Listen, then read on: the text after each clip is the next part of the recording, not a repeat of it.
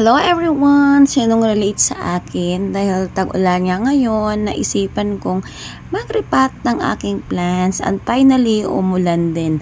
Alam niyo ba guys, na gustong-gusto ng mga plants natin, yung nababasa sila sa ulan, malaking tulong yun para lumago sila.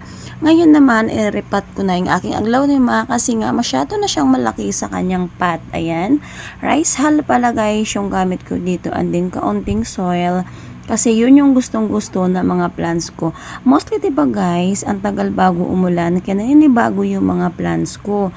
So ito yung time na magripat naman ako para nga mas lalo silang lalago. Kasi the more na malaki yung pot, the more na mas lalago sila. Ayan.